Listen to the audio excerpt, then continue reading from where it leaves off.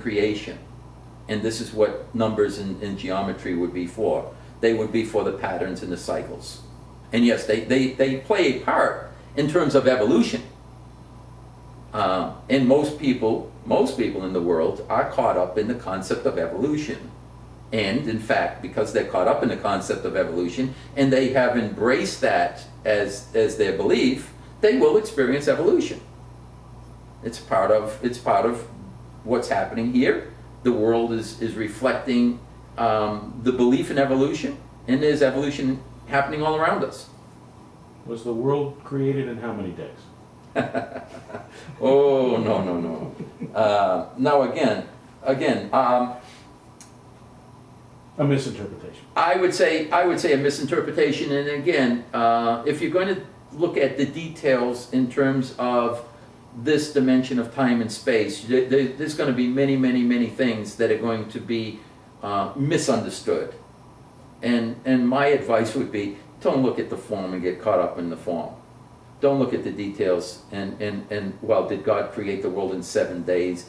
You know, many times I talk about the difference between linear time and the eternal moment, where, again, Einstein as a physicist understood enough to say that the past, the present, and the future is nothing but a persistent delusion of consciousness. That's how he phrased it.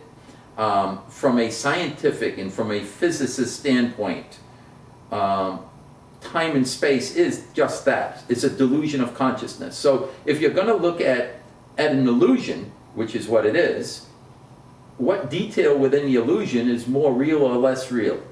What's true, what's not true? It's all erroneous as a collective. So I guess another thing that people want to know in this world is why people can't seem to get out of the past. Why do they live there so much? And by living in the past, what does it do to their present? Well, people tend to live in the past predominantly because of the fact that Just a fear-based society? in a human experience, and we are having a human experience while we're in a body. I'm within this vehicle, this vessel. This vessel works a certain way.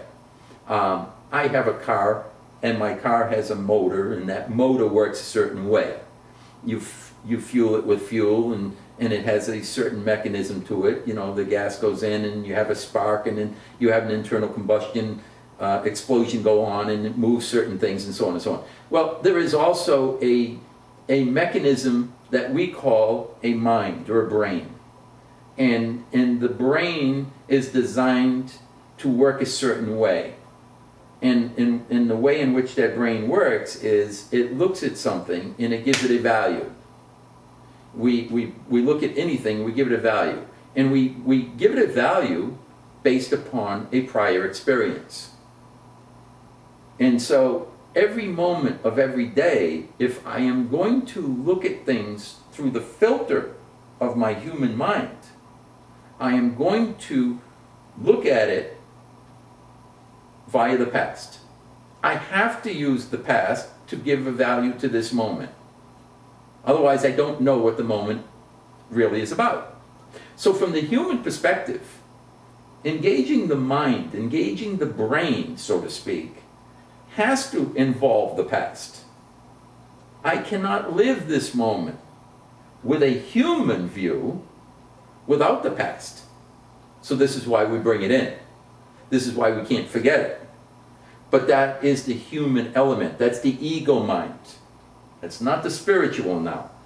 The spiritual exists, and this is what Einstein was referring to when he says, the past, the present, and future is nothing but a persistent delusion of consciousness. The spirit, and this is one of the reasons why the Bible says God is spirit, and if you wish to truly know God, you must worship God in spirit and in truth.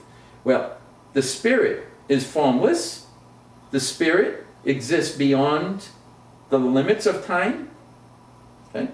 When Jesus said, I and the Father are one, and before time began I was, he was talking about the spirit. The spirit goes beyond this particular point in time and space. Okay?